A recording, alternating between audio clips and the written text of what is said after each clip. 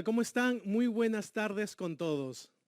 Mi nombre es Luis Acosta, soy médico y ergónomo laboral, coordinador del Diplomado de Ergonomía Laboral de la Escuela de Posgrado de esta universidad. Y es para mí realmente un placer poder compartir esta tarde con ustedes, esta tarde ergonómica con todos ustedes. Bienvenidos y bienvenidas a esta conferencia internacional titulada El gran desafío de la intervención en ergonomía. Conferencia que se ha realizado en coordinación con el Centro de Ergonomía Aplicada CENEA de Barcelona, España, la consultora especializada Grupo DINSE y la Escuela de Posgrado de la Universidad Continental. Saludamos también a todas las personas que se conectan a través de nuestra cuenta en Facebook de la Universidad Continental. Un caluroso, afectuoso saludo y también bienvenidos y bienvenidas todos ustedes. Permítanme comenzar esta conferencia con un análisis sobre la definición de ergonomía. Suelo yo en clases referirme cuando hablo del concepto de ergonomía a la palabra adaptar. Para mí, particularmente, un buen sinónimo de ergonomía es adaptar. Cuando hablamos de ergonomía, por ejemplo, en el producto, hablamos de adaptar el diseño de un producto al usuario potencial. Cuando hablamos de ergonomía en el trabajo, nos enfocamos en adaptar el puesto de trabajo al trabajador, incluido, digamos, aspectos que tienen que ver con las capacidades y limitaciones de cada trabajador, al entorno de trabajo. Creo yo, y siempre lo comento, que la definición no es un problema, entenderlo es bastante sencillo, pero llegar a ejecutar ello es realmente un desafío. Actualmente, en los últimos años, incluso la ergonomía ha avanzado mucho, al igual que la ciencia. Actualmente contamos con instrumentos, con herramientas de evaluación de riesgos o monitoreos ergonómicos, como le llamamos acá en Perú, bastante buenos, instrumentos que podemos decir tienen calibración, instrumentos que nos permiten confiar en el nivel de riesgo y relacionarlo con la probabilidad de daño en una evaluación de un puesto de trabajo. En nuestra experiencia, cuando visitamos empresas, en los últimos años también nos han dicho, ya tenemos monitoreos. Todos los años repetimos las mismas evaluaciones. Algunos tienen tal vez mejor color que otras, algunas pueden tal vez profundizar un poco más que otras. Y el gran problema no es el diagnóstico. El gran problema es el siguiente paso. Adaptar estos puestos de trabajo a los trabajadores, lo que llamamos nosotros intervención en ergonomía.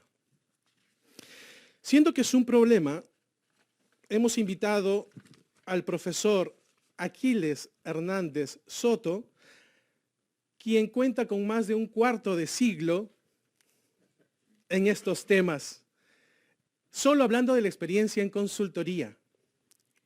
El profesor Aquiles Hernández Soto es director del Centro de Ergonomía Aplicada CENEA de Barcelona, España. Es docente del Diplomado de Especialización en Ergonomía Laboral de nuestra Escuela de Posgrado en esta universidad. Es el director del Máster de Ergonomía de la Universidad de Girona en España. Es director de la Escuela Internacional de Ergonomía y de la Escuela OCRA para los países de habla hispana de EPM International Ergonomics School. Es autor y coautor de varios libros y numerosos artículos científicos en el campo de la ergonomía laboral. Es para mí realmente un placer poder darle la bienvenida al profesor Aquiles Hernández Soto. Y antes de invitarlo a pasar a este estrado, permítanme como moderador indicar cómo va a ser la dinámica de esta jornada. Primero tendremos la ponencia del doctor Aquiles y luego abriremos un espacio para preguntas, las cuales serán posibles dejarlas a través de nuestras cuentas en las redes sociales y acá también, a través de levantar la mano. Muy bien, sin más, quiero darle la bienvenida al profesor Aquiles Hernández Soto, para quien pido un caluroso aplauso.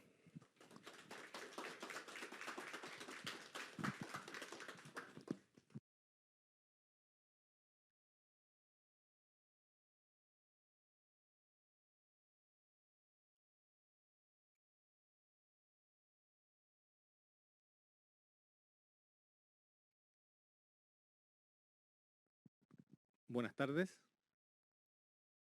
¿Se escucha? Bien, buenas tardes. Gracias al doctor Acosta por su emotiva presentación. Me ha hecho recordar de dónde vienen las canas que tengo, de ese cuarto de siglo.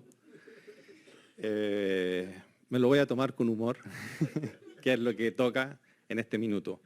En primer lugar, agradecer a vosotros, los que estáis aquí presentes en este salón, por el esfuerzo que habéis hecho.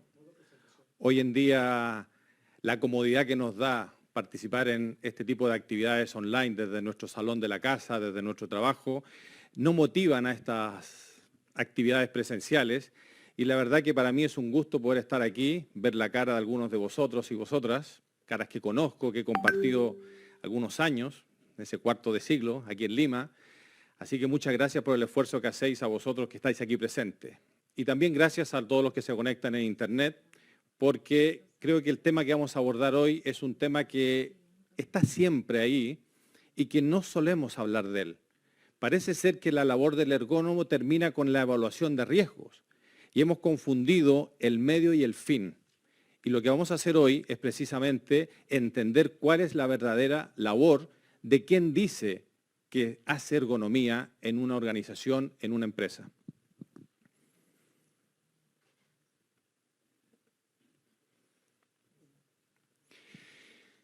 Bien, prometo terminar antes de que comience el partido.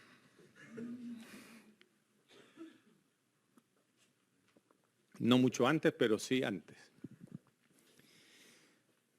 Estaba por aquí el pasador.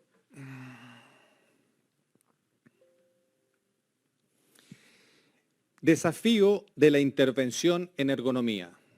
Y la verdad que el título evoca aquello que mencioné anteriormente, porque parece ser que es un desafío hacer intervención en ergonomía. Y la verdad que la intervención en ergonomía es el verdadero trabajo de quien hace ergonomía.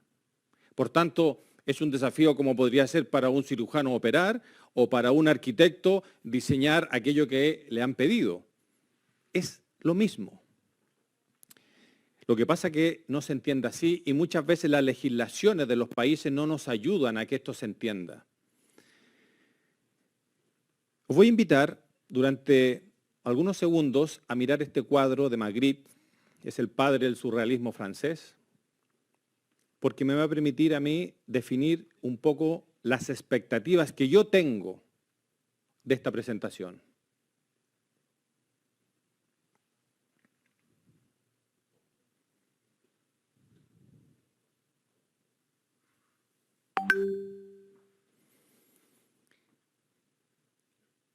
Lo que yo busco es exactamente lo que busca Magritte en este cuadro, evocar una visión diferente, llevarlos a un contexto completamente diferente.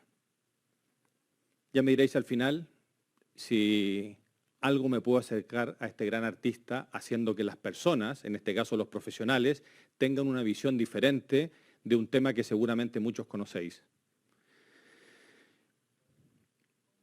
Vamos a trabajar en 3 bloques, uno muy breve, el estado de la cuestión, para centrarnos un poco.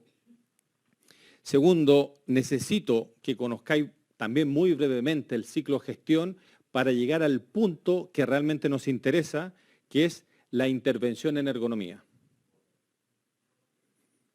Voy a aprovechar de poner la alarma para que podáis ver el partido. Estado de la cuestión. ¿Cómo actuamos? Yo creo que es importante que nos hagamos una autoevaluación, que seamos muy juiciosos con nuestro actuar como profesional. Normalmente cuando nosotros actuamos y tomamos decisiones, nos basamos en una razón. Y yo quiero coger este concepto de la ética de Aristóteles, de la razón práctica, para entrar en este tema, en vuestra responsabilidad, porque creo que de aquí parte todo, todo. La razón práctica dice es interponer la razón entre el impulso que tenemos de hacer algo, que nos enfrentamos a empresas, a directores, por lo tanto hay un problema, y la conducta que ejecutamos, porque estamos dentro de la empresa, porque nuestro sueldo viene de esa compañía, por lo tanto es importante tener presente estos conceptos elementales de ética a nivel profesional. ¿Y qué nos dice Aristóteles en cuanto a esto de la razón práctica? Tenemos que ocuparnos de estas cosas. Estamos hablando del 400 a.C.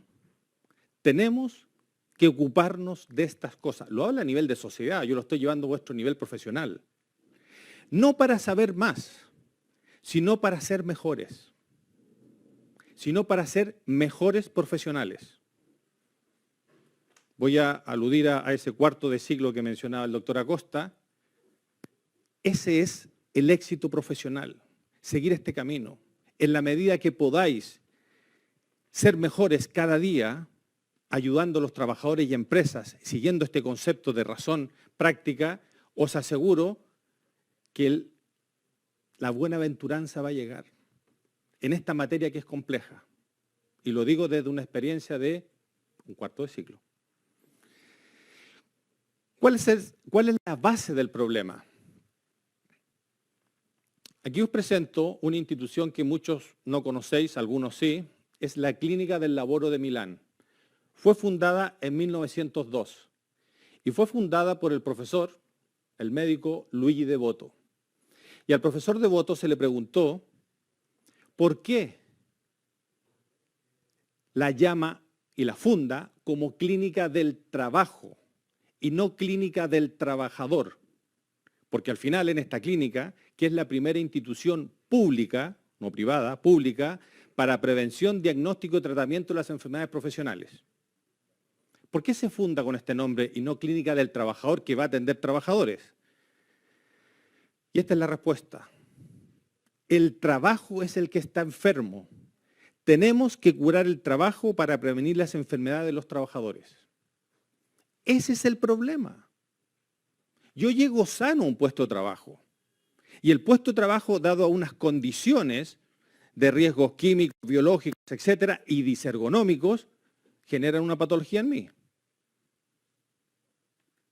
Es esa la base del estudio, la base del problema, el estudio del puesto de trabajo. ¿Y cuál es el marco del problema? ¿Qué tenemos aquí? Un reporte europeo de los 27 países sobre los problemas de la salud relacionados con el trabajo. ¿Y qué encontramos aquí? Cerca de los 60% a nivel europeo, de 27 países, el 60% de todos los problemas de salud laboral son trastornos musculoesqueléticos, problemas de patologías en tendones, músculos y articulaciones. Y podemos avanzar un poquito más y vemos que cerca de un 20% hay otros temas, el estrés, la depresión, etc. Por lo tanto, estamos hablando de la principal causa de enfermedad profesional, enfermedad laboral, en Europa. En España no es el 60, es el 80. Y en Latinoamérica es la principal enfermedad, dadas las encuestas que hay en muchos países de Latinoamérica. A pesar de que escondemos datos, a pesar de que hay infradeclaración. Mirar este es un estudio español interesante que yo os invitaría a leer y yo he sacado dos frases. Es un estudio epidemiológico de 10 años. ¿Qué dice? Los trastornos musculoesqueléticos causan en el año 2010 una pérdida de más de 21 millones de días de trabajo. ¿Cuál es mi pregunta para vosotros y vosotras? ¿Cuántos días se pierden en vuestras empresas por esta materia?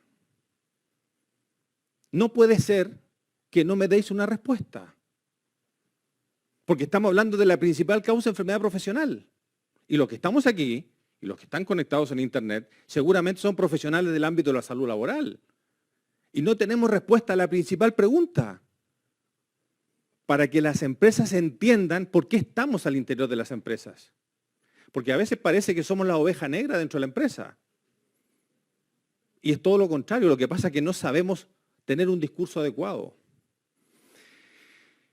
El coste mensual de las prestaciones por incapacidad permanente por trastorno musculoesquelético ronda en España los 400 millones de euros.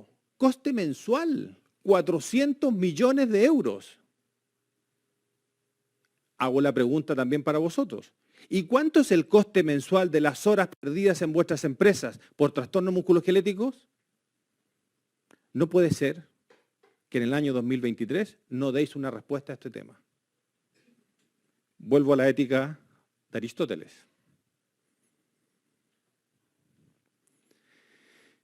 Estamos hablando de una pandemia.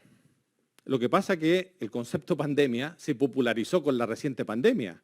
Pero este libro, publicado por un sindicato europeo, por los sindicatos europeos, este autor yo lo conozco, he tenido oportunidad de trabajar con él, Ronald Gauti, él en el año 2007 publicó este libro, Trastornos musculoesqueléticos, una pandemia mal entendida. 2007, ¿eh?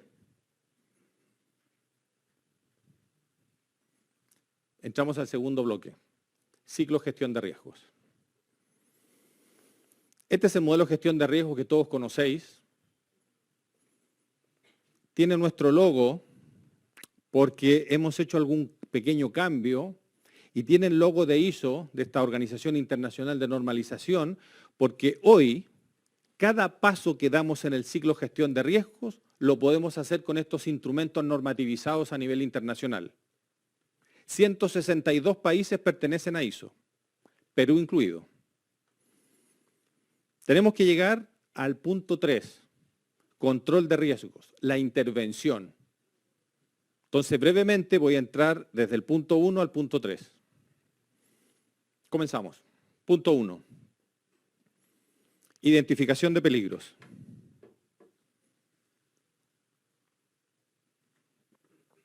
En el año 2014 se publica este instrumento ISO TR 12295, que me permite a mí, profesional de la salud ocupacional, poder realizar una correcta identificación de peligros y además tiene un instrumento para hacer la estimación de riesgos.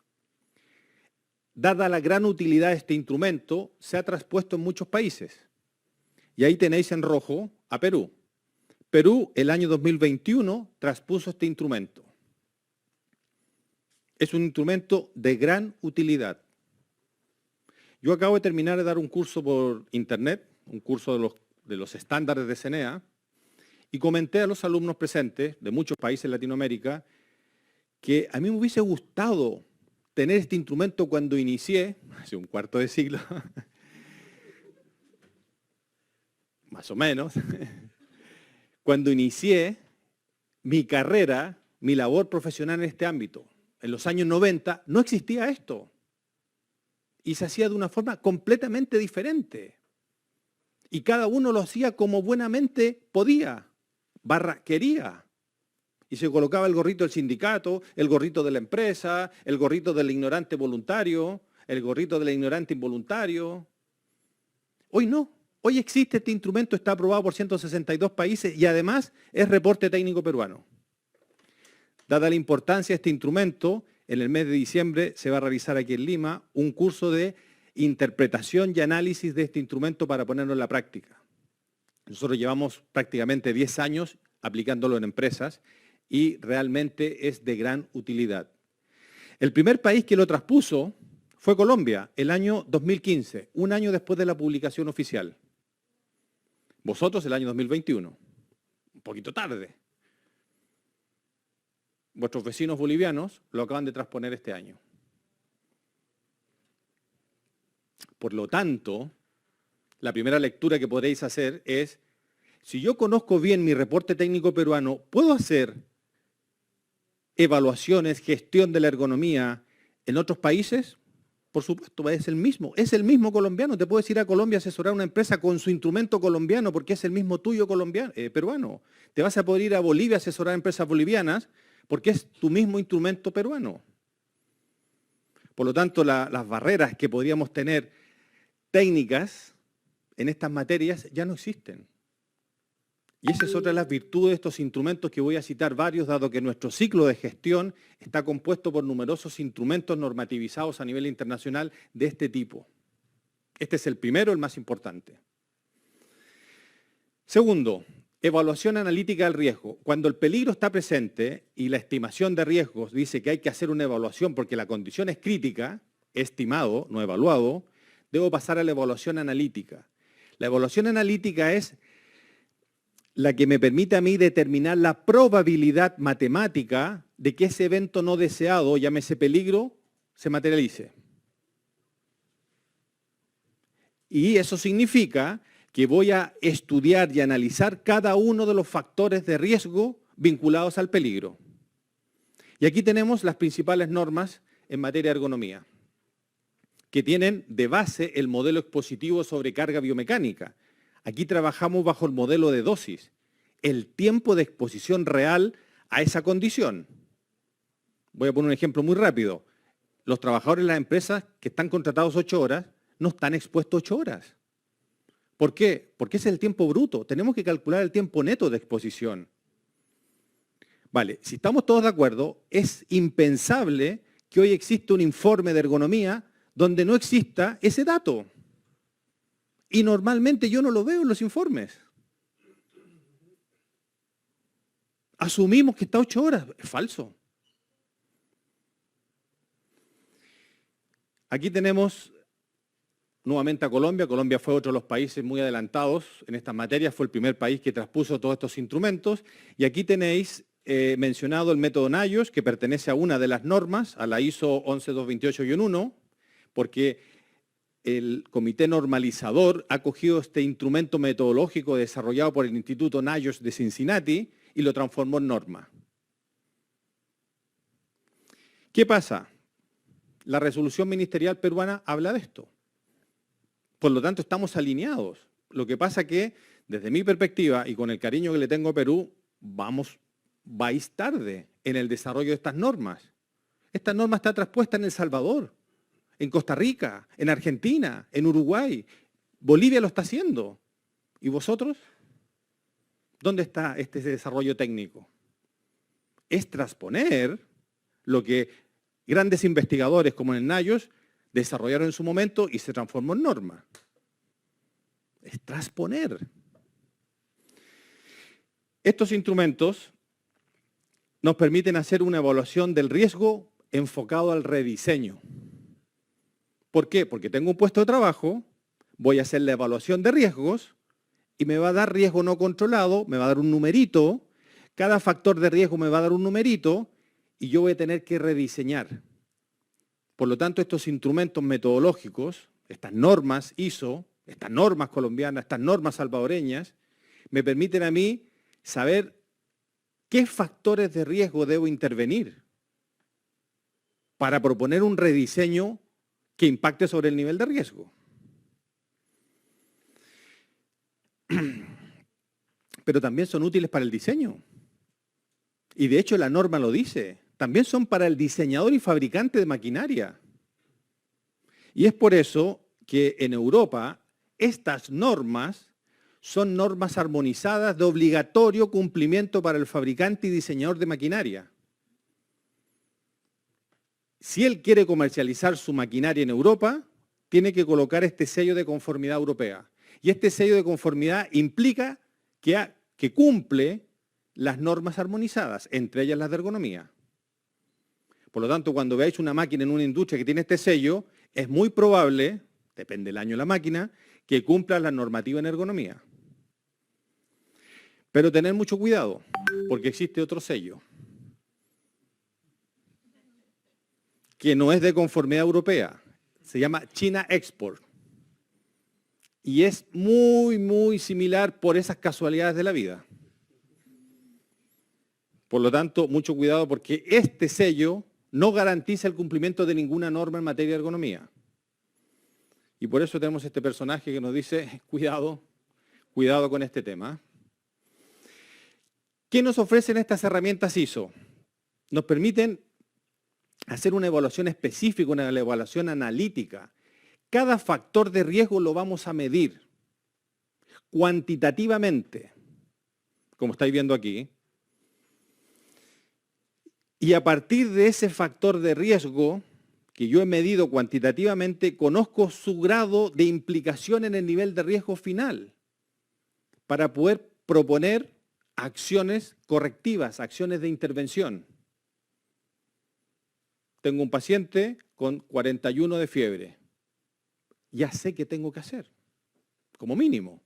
Aquí es exactamente lo mismo y perdonar lo banal del ejemplo, pero es que es así de banal. Y aquí tendríamos acciones correctivas, no vamos a entrar en ellas porque no es objeto en este minuto, para esos factores de riesgo específicos. Porque ya lo he dicho, uno de los pilares de la ergonomía es que tu propuesta de intervención tenga un impacto en el nivel de riesgo medido cuantitativamente. Porque eso de moderado, leve, ¿qué es eso? Año 2023. Aquí un tema de manipulación de cargas, pues exactamente lo mismo. El control de riesgos. Aquí tenemos ya que establecer medidas de control, de prevención, o llamémoslo también de intervención, de diseño y rediseño. Aquí también hay un conjunto de normas que nos pueden ayudar. La más importante de esas que se mencionan en negrita es la ISO 14738 para el diseño de puestos de trabajo ergonómico. Es una norma elemental. A este nivel. Esa norma es la que vamos a trabajar mañana en el curso que comienza precisamente mañana, porque es la de diseño y rediseño de puestos de trabajo. Lo que no está en negrita es la versión colombiana. ¿Por qué pongo la versión colombiana? Porque quiero poner un ejemplo de países cercanos que ya tienen todo esto. O sea, un profesional en Colombia dispone de un conjunto de herramientas que le permiten el buen hacer. Y vuelvo a Aristóteles. El problema que tenéis aquí es que muchas de estas herramientas no son peruanas, no son normas técnicas peruanas, pero son internacionales ISO. Y vosotros pertenecéis a ISO, por lo tanto deberíais utilizarlas también. Lo que pasa es que da mucha autoridad el que además sea también norma técnica del país. Y por eso que muchos países la han traspuesto. Bien, pasamos al tema medular de esta actividad. Vamos a controlar el tiempo, porque si no, ya vamos a llegar al segundo tiempo del partido.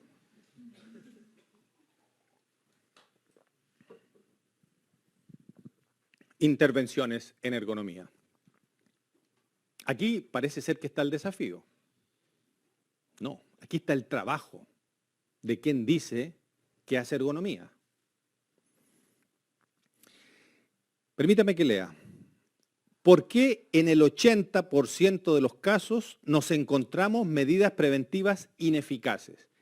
Ahí el 80% está en rojo porque podría ser 99%, podría ser 70%. Dudo que yo pondría menos de 60%, pero en general lo que quiero decir es que existe un muy alto porcentaje de situaciones en las cuales nos encontramos con medidas preventivas, lo voy a decir de otra forma, absurdas, que quedan sobre la mesa, que descalifican al profesional que las propone. ¿Por qué? Voy a poner un ejemplo sin ánimo de ser peyorativo. Porque un médico o una médica propone unas medidas preventivas y no sabe la diferencia entre un dispositivo neumático, un dispositivo hidráulico y uno mecánico. Porque no es ingeniero mecánico. Y ahí hay un gran error. Entonces, ¿tengo que ser ingeniero mecánico además? No. Ahora vamos a ver cuál es la estrategia. Primero, se propone la solución que al técnico le parece más fácil. Ya yo tengo un desconocimiento, entonces para que me la aprueben voy a proponer esta que parece ser que es la más fácil. ¿Es la que impacta mayor en el riesgo? No estoy contestando esa pregunta. Falta de herramientas para proponer una solución eficaz. Vamos a hablar de eficiencia y eficacia. ¿Con qué herramienta yo me presento a la empresa para que implante una medida preventiva? Con el conocimiento que tengo de un cuarto de siglo, algo ayuda, sobre todo las canas. Pero os aseguro que no. A la hora de la verdad, no ayuda. Diferente es cuando yo me presento con un análisis bajo estándares internacionales ISO. Porque en todas las empresas, hospitales incluidos, clínicas incluidas, hay una persona que sabe de normas. Está la ISO 9000, está la ISO 14000, y esto se entiende en la organización. Ese discurso ayuda mucho a poder implementar medidas. Falta de conocimiento técnico, miedo a que la empresa nos negue esas propuestas y ausencia de un equipo técnico, ausencia de un comité técnico de ergonomía. Y para mí esta es la fundamental.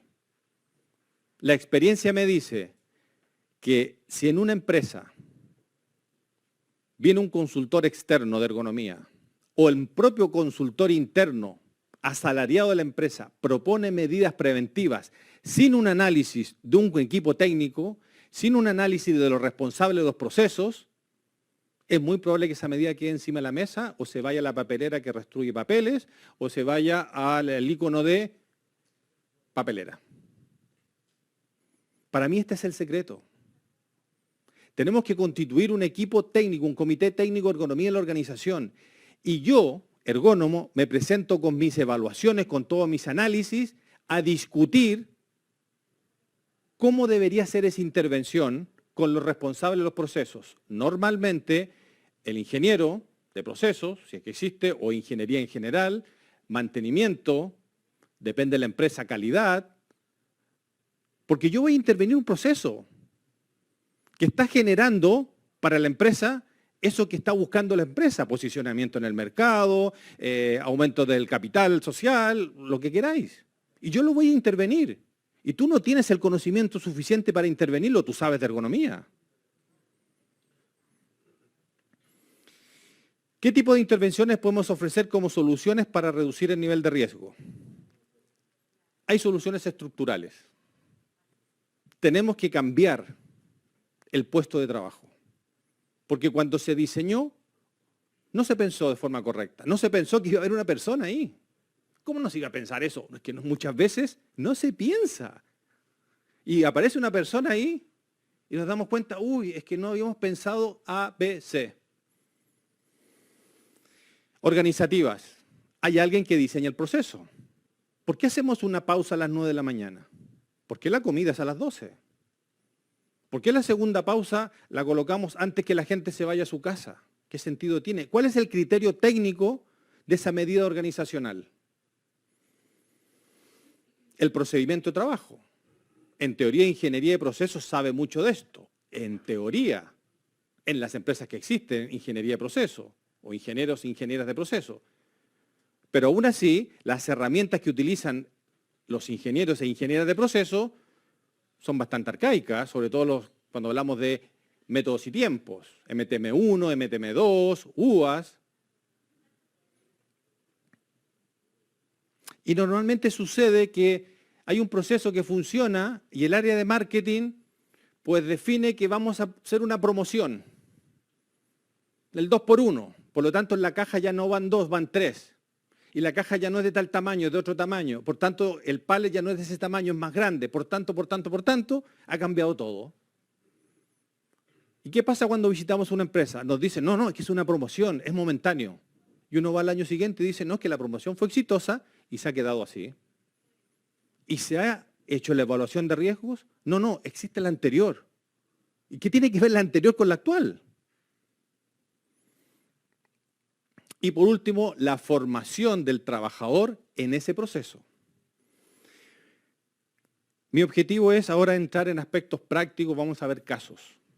Y vamos a jugar un poco con estos elementos para que entendáis la importancia de ponerlos sobre la mesa. Pero para esto tenemos que tener presente los 3 pilares de la intervención, de ese desafío que tenemos. ¿Cuáles son esos 3 pilares? Primero de ellos, hemos medido el riesgo con instrumentos que me permiten medir aquello que he identificado, con instrumentos adecuados al estado actual de la ciencia. No me habléis de más de un cuarto de siglo. Hablemos de lo que está vigente hoy. Medir bien, digámoslo de esa forma. Segundo, lo que propongamos debe tener una viabilidad técnica en la organización.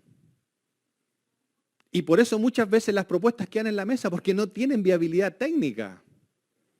Y sigo con el ejemplo que puse anteriormente, porque ese médico o médica no sabía la diferencia entre un dispositivo mecánico, hidráulico o neumático. No tenía viabilidad técnica. Y tercero, viabilidad económica. ¿Tú sabes el coste que tiene ese dispositivo neumático, hidráulico, electrónico en el tiempo? ¿Cuánto nos va a aumentar el coste del proceso? Ay, no. Entonces, ¿por qué lo propones? O sea, no puede ser que ese tema no se discuta a la hora de la intervención.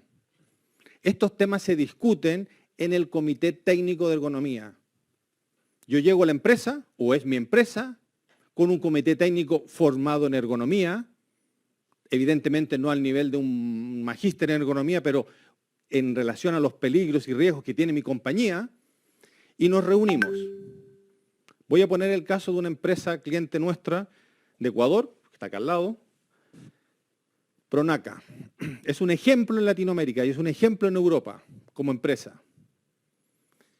Debido a un proyecto que hicimos con ellos de 4 o 5 años, hoy en cada planta avícola, que tienen 4 o 5, en cada planta de pienso, que tienen 3, en cada planta de cerdo, en cada planta de palmitos, hay un comité técnico de ergonomía que se reúne cada 4 meses. Y en ese comité técnico hay un responsable de ergonomía, que ese sí tiene un nivel elevado de conocimientos, y hace las evaluaciones específicas, las evaluaciones analíticas.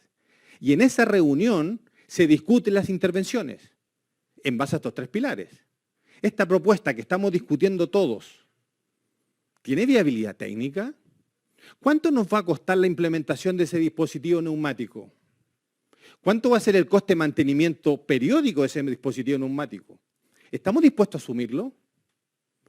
Si somos capaces de poner todo esto en la mesa de discusión, cuando termina la reunión del comité técnico, no existe un argumento por el cual esa medida no se implante. Existen otros argumentos. Por ejemplo, plazos. ¿Cuándo lo vamos a implantar? Es que estamos vendiendo mucho. ¿Cuál es el mes que tenemos menos venta? ¿Cuál es el mes que se va de vacaciones nuestra gente? ¿Cuál es el mes que podemos detener el proceso? En mayo del próximo año. En mayo del próximo año lo hacemos.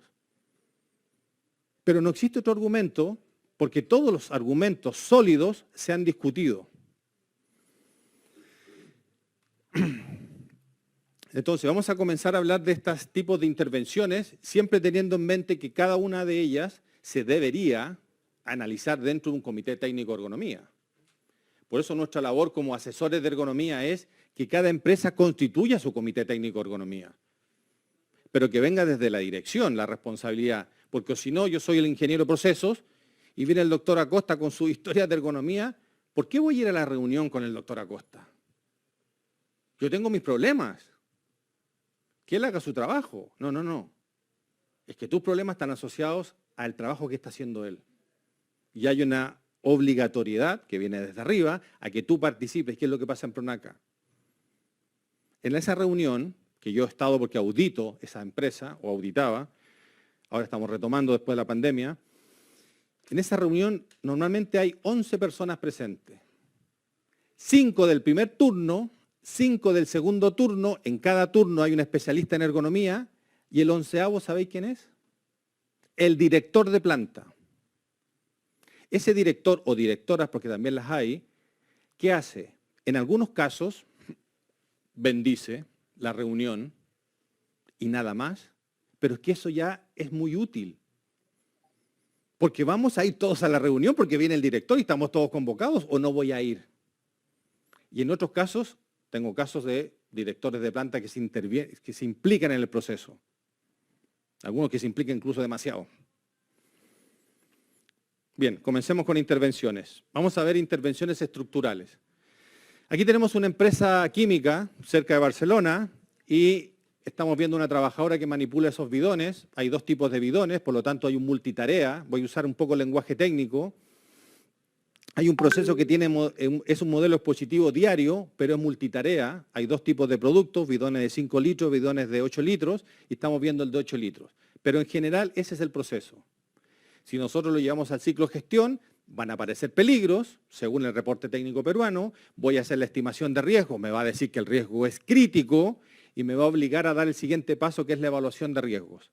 Y si hago la evaluación de riesgos, voy a encontrar que en manipulación de cargas tengo un alto riesgo y en trabajo repetitivo de extremidad superior también tengo un alto riesgo. Con esa información yo me reúno con vosotros y vosotras. ¿Quiénes sois vosotros?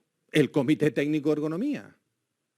Yo he hecho este trabajo, soy el responsable de ergonomía, pero vosotros sabéis de qué estoy hablando.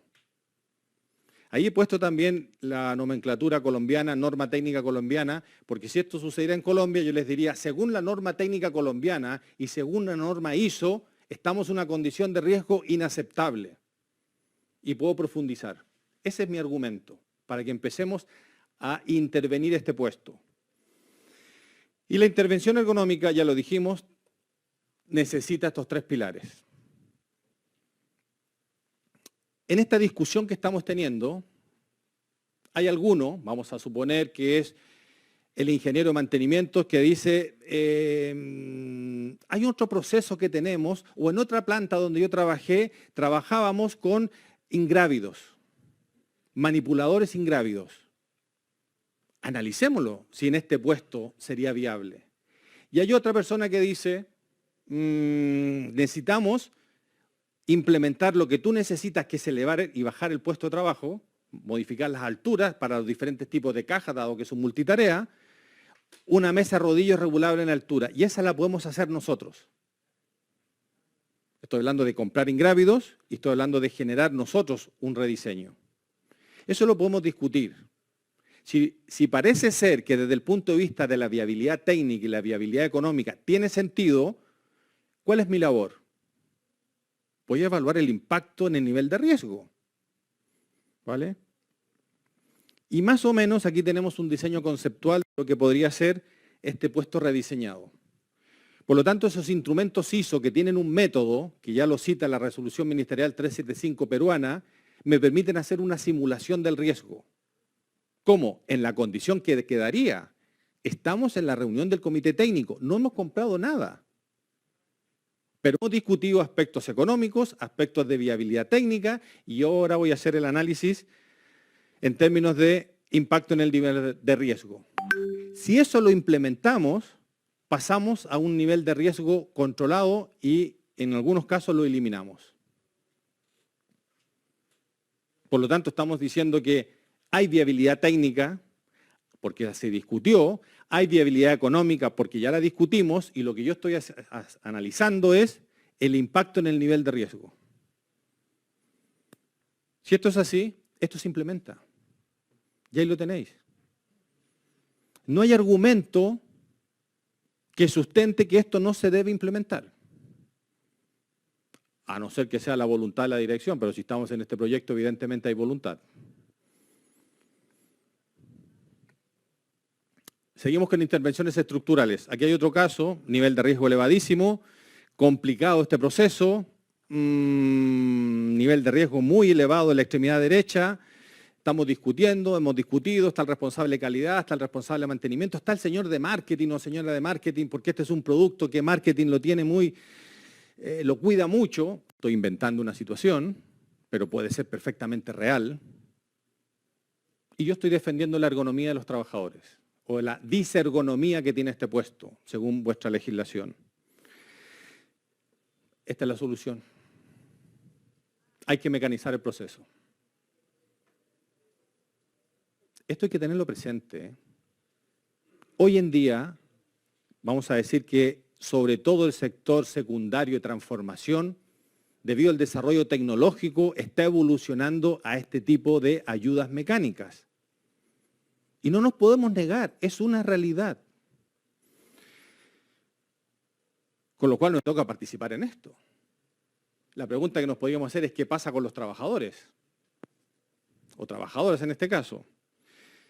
Bueno, yo os invitaría, aquí está el nivel de riesgo antes, el nivel de riesgo actual. Esta es una forma correcta de un profesional en materia de ergonomía que evalúa el impacto de una medida preventiva.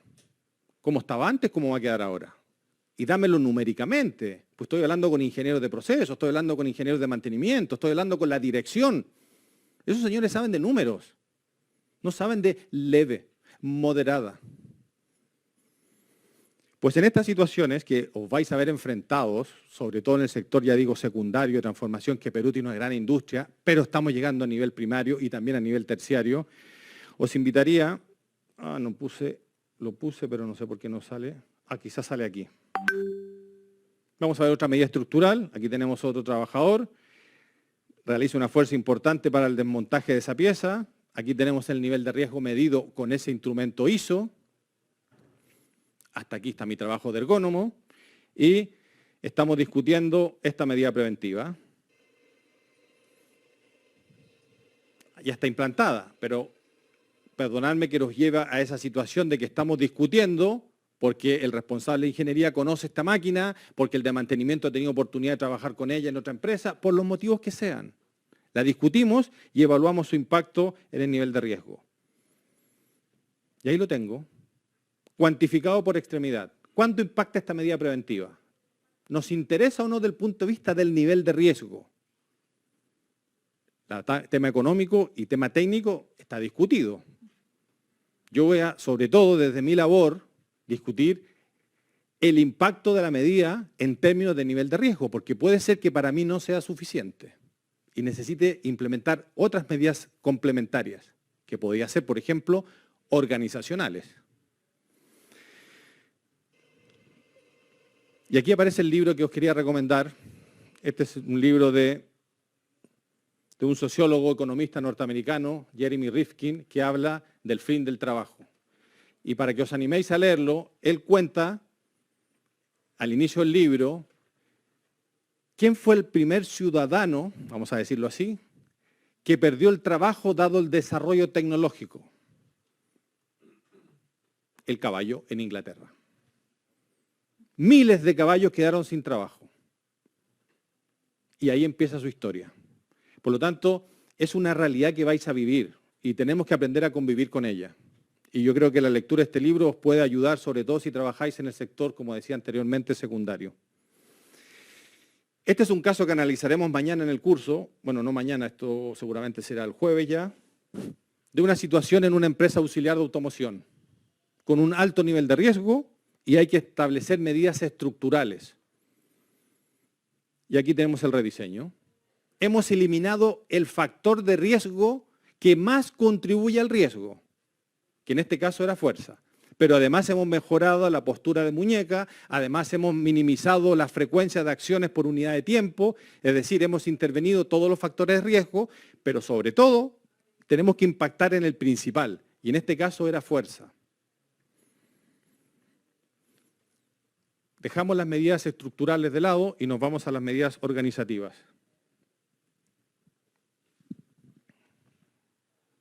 Hay partido, parece. Puesto de trabajo A.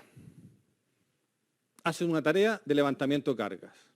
Puesto de trabajo B. Hace otra tarea de levantamiento de cargas. ¿Podemos pensar en una medida organizacional de rotarlos? Hombre, claro, que roten. Sí, pero ¿cuál es el criterio técnico? ¿Cuál es el impacto matemático en el nivel de riesgo?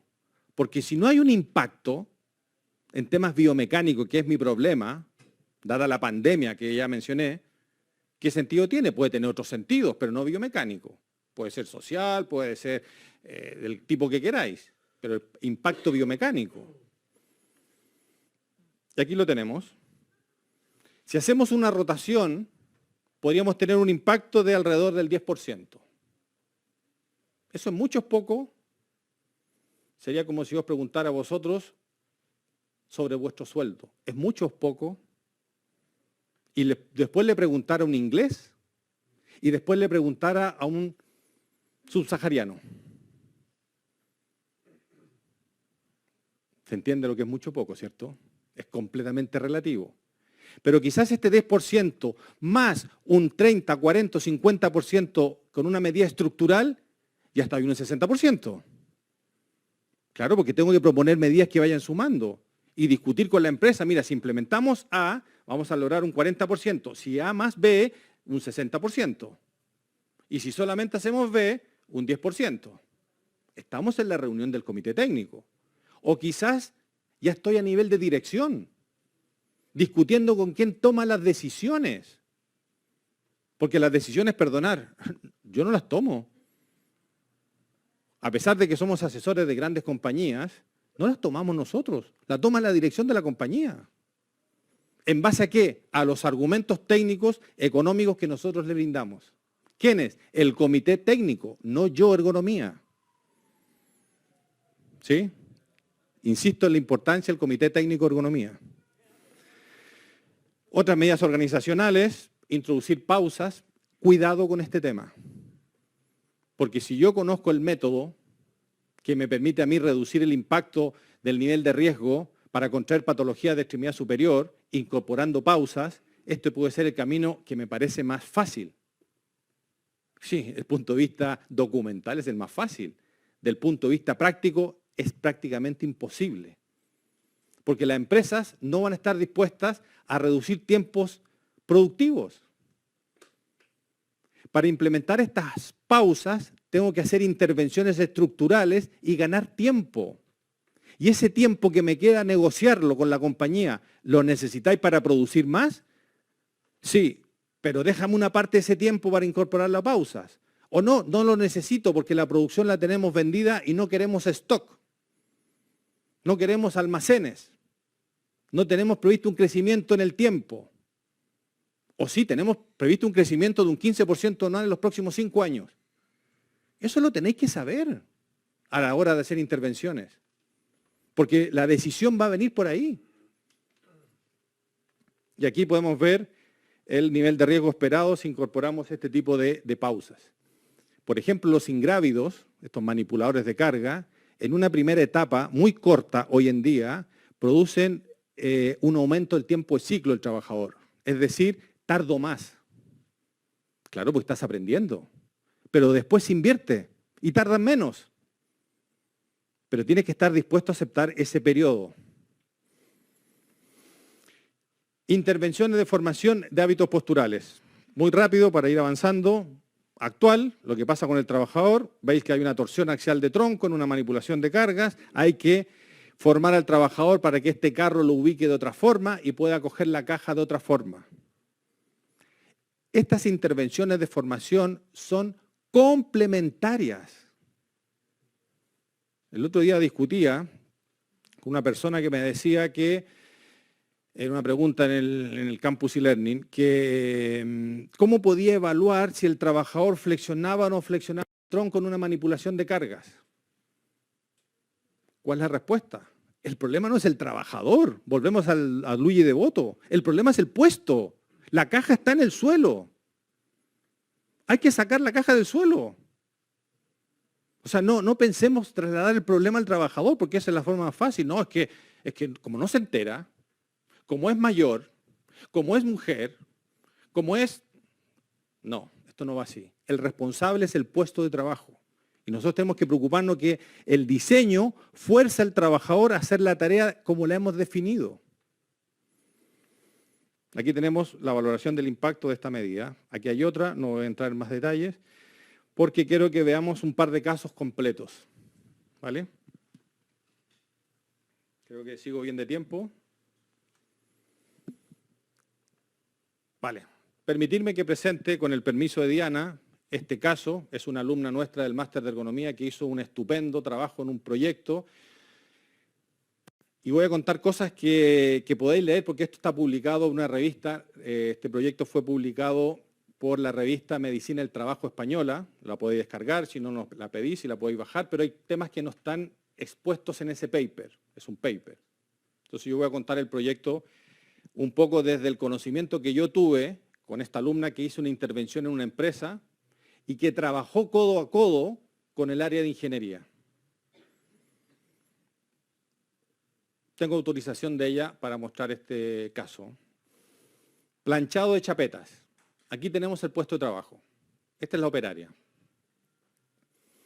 Vamos a ver una vez el vídeo porque me interesa que estamos identificando las operaciones que hace. Estoy pensando qué peligros tiene según el reporte técnico peruano. Estoy viendo qué evaluaciones de riesgo voy a tener que hacer dados los peligros que están presentes. Depende de mi experiencia, podré saber qué nivel de riesgo va a aparecer como resultado. Normalmente nos pasa eso. Cuando ya tenemos algunas canas, pues sabemos cuál va a ser el resultado. Y a ver si se apura un poquito, porque ella seguramente no sabe que hoy hay partido. ¿Eso es parte del proceso o no es parte del proceso? Dejo ahí la pregunta. Perdonad que siga insistiendo en que veamos el vídeo completo porque después vamos a ver el rediseño.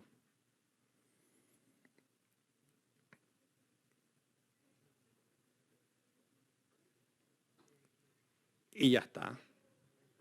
Seguramente algunos de vosotros que lo sé, sabéis de métodos de evaluación analíticos y estáis viendo que hay un problema ahí específicamente con un peligro, con un alto nivel de riesgo y por un factor de riesgo puntual.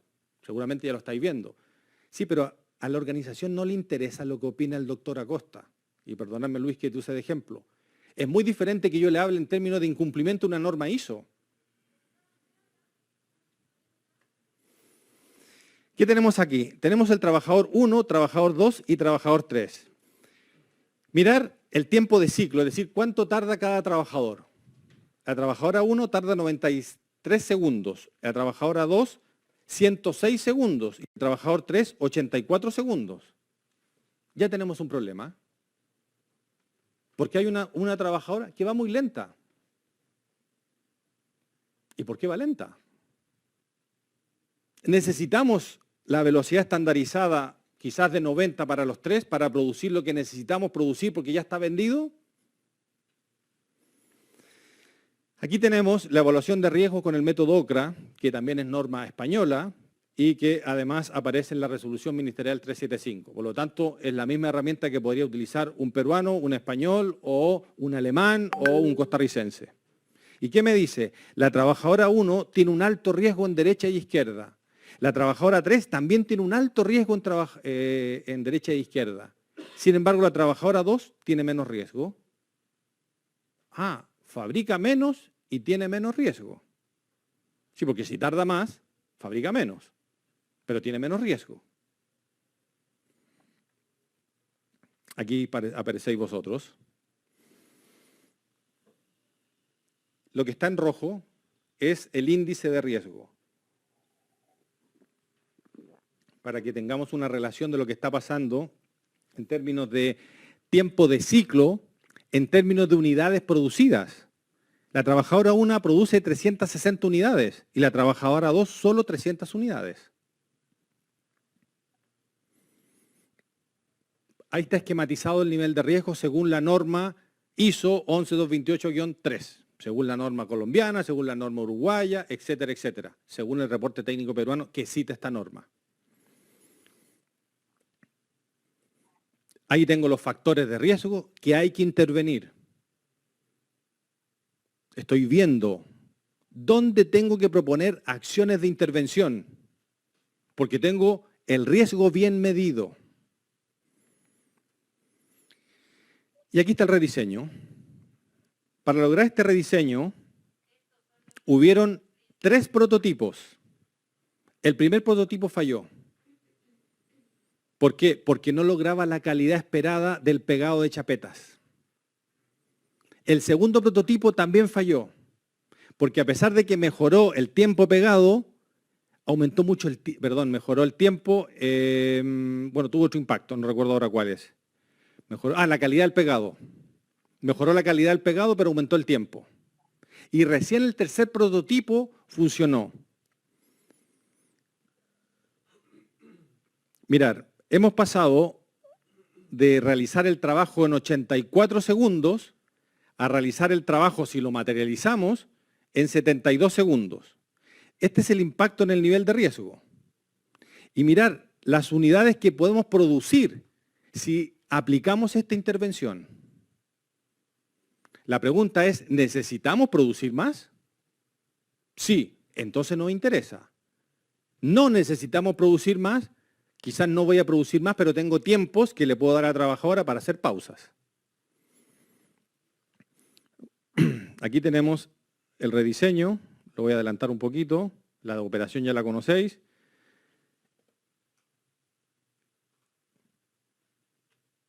Un dispositivo neumático que realiza la operación de alto riesgo. ¿Y cuál era el problema del prototipo 1, prototipo 2, prototipo 3? El ángulo del dispositivo neumático. Hubo que jugar con diferentes ángulos para lograr la calidad y el tiempo. Eso se hizo con el área de ingeniería. Eso no está en el paper explicado.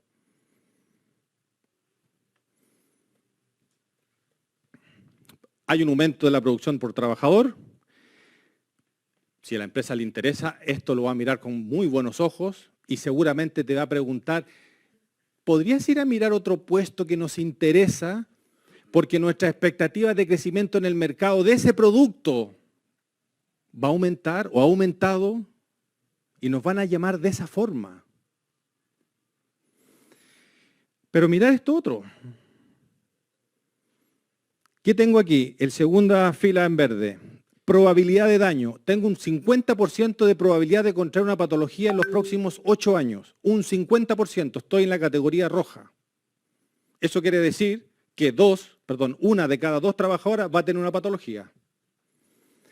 Y si aplicamos las medidas de intervención, se reduce un 8%.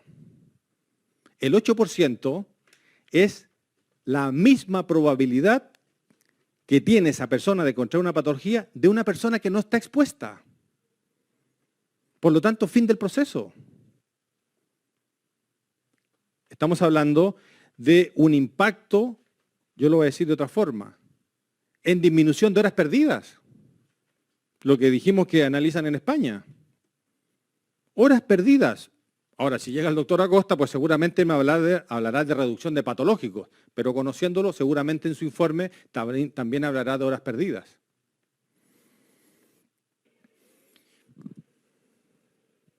Me preocupa el tiempo.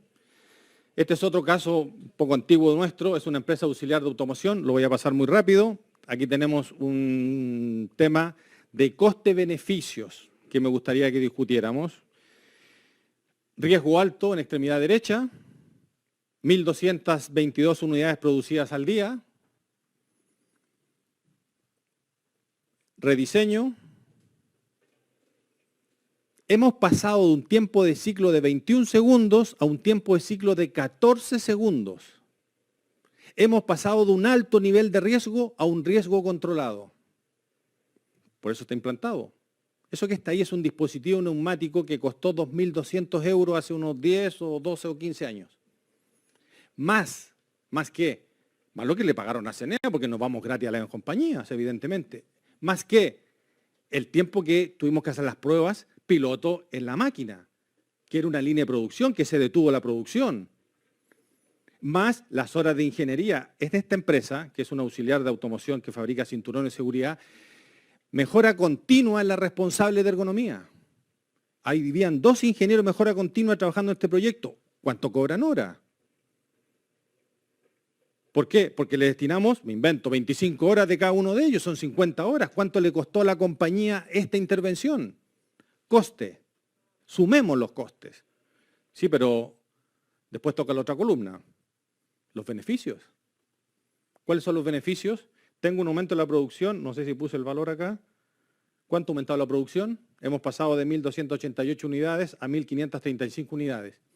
¿Por qué se hizo ese trabajo en ese puesto? Porque esta era una línea de producción y ese puesto era el cuello de botella. Había que liberarlo para que toda la línea fuera más rápida. ¿Y por qué había que liberarlo? Porque necesitamos más cinturones de ese modelo. Por lo tanto, esta producción la necesitaba elevar. Y Mejora Continua utiliza estas herramientas para hacer intervención en ergonomía junto con todo el comité técnico, porque esta empresa también tiene un comité técnico de ergonomía. Y miren el nivel de riesgo. Este caso lo muestro muy rápido. para mí es súper interesante, es una empresa salvadoreña, ese pequeño país que está siendo ejemplo en muchas materias, sobre todo en seguridad ciudadana, está avanzando seriamente en ergonomía. Esas normas de ergonomía que vosotros no tenéis, ya las tienen ellos. Y este es el caso de una alumna nuestra, una médico, que cuando llegó al curso, estos cursos los hicimos presenciales, financiados por un organismo salvadoreño, habían 2 médicos, una médica y una médico, y todos los demás ingenieros. Y ella dijo en clases, el primer día, yo no sé qué hago aquí, soy médico, perdonar, no sé qué hago. Hoy está realizando interesantes intervenciones en materia de ergonomía. Este era un puesto. Tienen 5 líneas con trabajadoras haciendo esto. Hay una alta prevalencia de patología lumbar, hay una alta prevalencia de patología de hombro. Ahí está el nivel de riesgo. Si yo analizara ese puesto, lo estoy analizando con la norma técnica costarricense, con la norma técnica salvadoreña, con la norma técnica colombiana, con la norma técnica ecuatoriana, con la norma técnica uruguaya, con la norma técnica argentina, con la norma técnica española, con la norma técnica alemana, y sigo el listado. Vosotros aún no entráis a este juego. Y creo de vital importancia que entréis a este juego. El argumento de trabajar con estos instrumentos a nivel de compañías es para nosotros un antes y un después en materia de implementar la medida. Si ese es el tema, que no quede en un papel. Podemos introducir un ingrávido, lo muestro rápidamente. Aquí tenemos un ingrávido que no es un ingrávido para manipuladores, perdón, para paletizados. No cualquier ingrávido sirve para esa tarea. O podríamos implementar una ayuda mecánica para mejorar las alturas y quizás también las distancias horizontales. Y habría que hacer un análisis coste-beneficio, determinar cuál es el coste de esta inversión, cuál es el coste y determinar qué beneficios. Fijaros, si yo hablara de coste, si implementamos un ingrávido, estamos hablando de alrededor de 9.000 euros. Y si implementamos una traspaleta, de 5.000 euros. No hablo de las otras 2, me resumo en esas. ¿Qué medida preventiva se va a proponer o me va a imponer la dirección de esta compañía? Si yo presento, que a veces ni siquiera hacemos eso, el análisis de coste. Claro, porque el coste de la máquina lo puedo saber, pero ¿y la importación? Y los impuestos, y el coste de mantenimiento, y el coste de implementación, y las horas de ingeniería, todo eso ¿dónde está? Pero si presentara en términos de coste, también estoy cometiendo otro error. Porque si entro en el tema de coste, también tengo que entrar en el tema de análisis de beneficios. Y hoy disponemos de instrumentos metodológicos que nos permiten hacer estos análisis. Y si os fijáis, las últimas 3 filas nos hablan de el retorno a la inversión. Y en base a ese retorno a la inversión, yo, Aquiles, le presto a esta empresa 9.100 euros para que el primer año me devuelva 6.000 y el segundo año me devuelva 14.000. Y los años sucesivos me siga dando dinero. Si ellos no quieren invertir, yo invierto. Pido un crédito al banco con una tasa de interés del 6% y esta tasa de beneficio es mucho más alta, por lo tanto hago negocio. Fijaros que estoy dándole una vuelta a eso que amamos, que es la salud laboral, para llevarla al contexto economicista. Porque ese es el lenguaje de las organizaciones, no nos engañemos, hasta el director del hospital está pensando en eso. Porque si no piensa en eso, el hospital va a cerrar.